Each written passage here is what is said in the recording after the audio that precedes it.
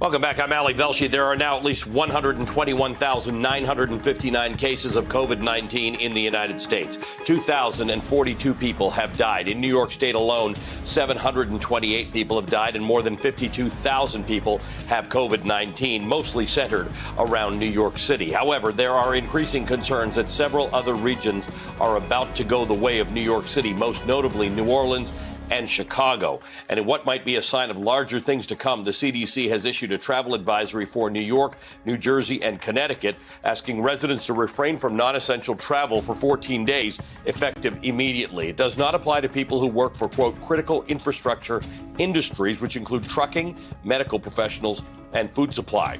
All right, joining me now, White House correspondent for PBS NewsHour, Yamiche Alcindor. She's also an MSNBC political analyst, professor of public policy, and chief economist at the Heldrick Center for Workforce Development at Rutgers University. Is William Rogers III. He served as the chief economist at the United States Labor Department from 2000 to 2001, and later as President Obama's Labor Department transition team, and the co-director of the Liberty and National Security Program at the Brennan Center for Justice, Elizabeth Goitein. Thanks for joining us. Elizabeth, let me start with you, because 12 hours ago, we thought that the president was considering what he called a quarantine on the tri-state area, New York, Connecticut, and New Jersey. And none of us could really figure out how that would work logistically, let alone whether or not he had the authority to do so. What do you know about this? Sure. So what we've been seeing in general from this president is that he seems to refuse to use some of the emergency powers that he does have at his disposal to deal with this very real crisis, while at the same time threatening to use all kinds of powers that he actually doesn't have.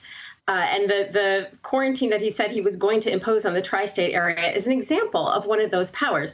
The federal government does not have the authority to seal off 3 states in their entirety. It does have a quarantine authority, but it's a much narrower authority that Congress gave the president to quarantine people who are traveling between states who are reasonably believed to be ill.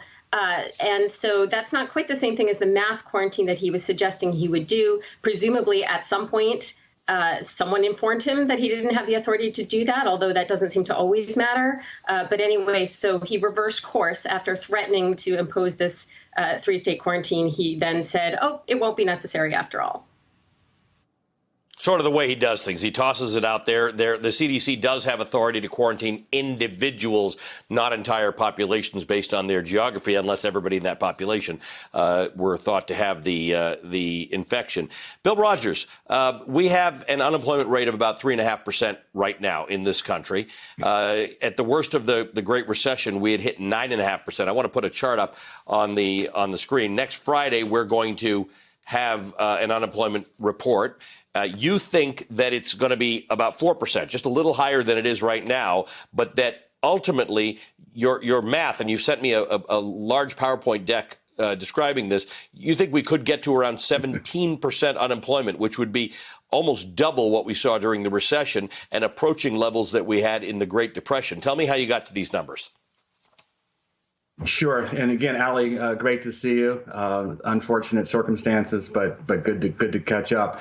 So the 4% number, that's basically generated off of this notion that the population survey, this data set, the data that the government collects to generate our estimate of the unemployment rate, they do it in the week that surrounds basically the 12th of the month. And so what that does, that situates basically the survey in this between the 7th and the 12th and the 14th of this past month to where they would go out and survey individuals about their work habits or what they're doing. And if you recall, during that week, there were only about 30,000 increase in the number of people who have filed initial claims. And so if you use the historical relationship between the unemployment rate and UI claims, which is, I think, very commonly done, is people view that UI claims are a good predictor of the unemployment rate, based upon that relatively small increase, you get around, my estimates are, but you'll get around somewhere around 4%, maybe 4.5% for this Friday. What will be the stated number?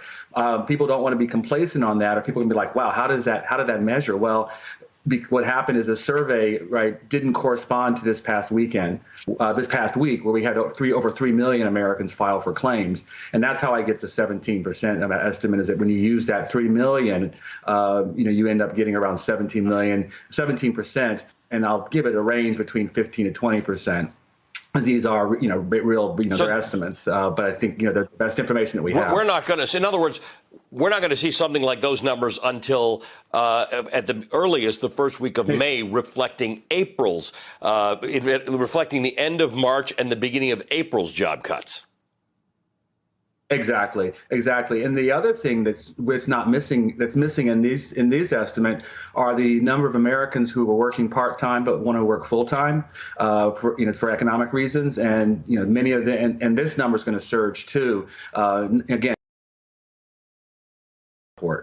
So you're not only looking at, let's say, the typical official unemployment rate of around 15 to 20%, but you add in these additional people who are now working part-time but want to work full-time. That probably could get you close to 30%. And that's what's called the U6 unemployment rate, or on the street we call it the real unemployment rate.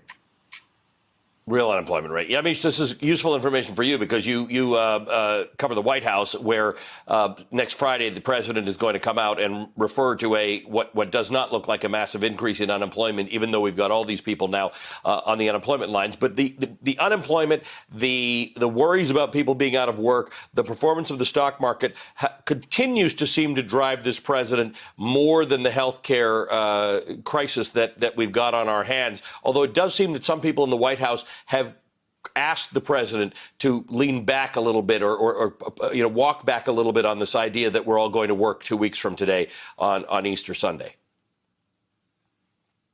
Well, the president is really trying to lean into his political instinct. That's how he got elected president. And that's how he's in some ways kept his base from not leaving him. He's continued to lean into these fights and make these conversations about kind of how he can best make this a political issue.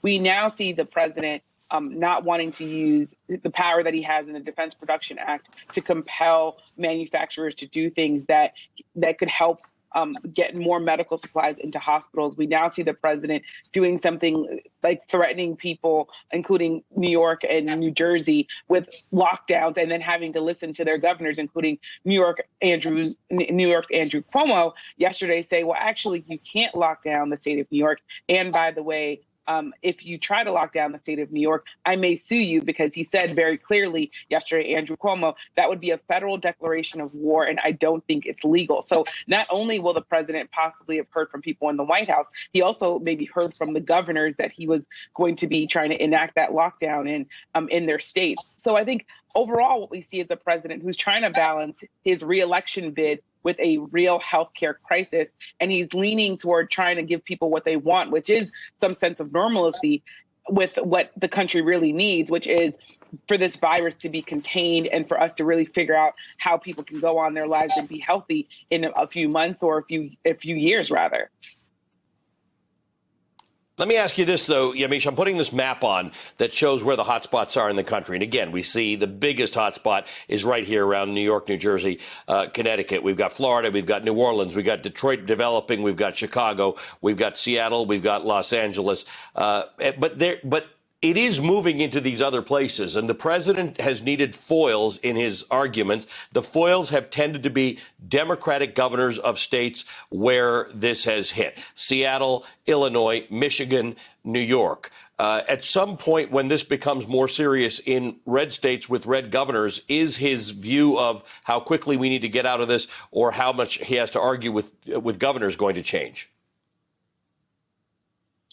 I think that the president is lashing out at people because he needs a political foe in this moment. The Democratic national candidates right now, they're kind of sidelined because this is such a big issue. Of course, Joe Biden's out there talking about things and the president's punching at him sometimes. But really, it's these governors that we're all learning about who are really trying to contain this virus in their communities. And the president's had several calls where Republicans and Democrats have said, Mr. President, we need you to do more. We need the federal government to give us more resources. So he's decided to focus on the Democratic governors. But I think what we are going to see is that the places that have the most cases right now, it's only because they have the most tests. New York, of course, is the epicenter of this, but Andrew Cuomo continues to remind people we're testing so many people. That's why our numbers are so high. When Texas maybe starts getting better testing capabilities, or when Alabama starts getting better testing capabilities, we might see their numbers go up. So I think in this state and in this country, people maybe aren't wrapping their heads around this as well as we need to. But we were so slow in getting started with testing that we don't really have accurate numbers about who has this virus, because it could have been spreading for weeks without people knowing about it. And because we were so slow, people weren't getting tested. Yamiche, thank you, as always, for your analysis. Yamiche Alcindor is the White House correspondent for PBS NewsHour. William Rogers III is the professor of public policy and the chief economist at the Heldrick Center for Workforce Development at Rutgers University. Elizabeth Goitein is the co-director of the Liberty and National Security Program at the Brennan Center for Justice. Hey there, I'm Chris Hayes from MSNBC. Thanks for watching MSNBC on YouTube. If you want to keep up to date with the videos we're putting out, you can click subscribe just below me, or click over on this list to see lots of other great videos.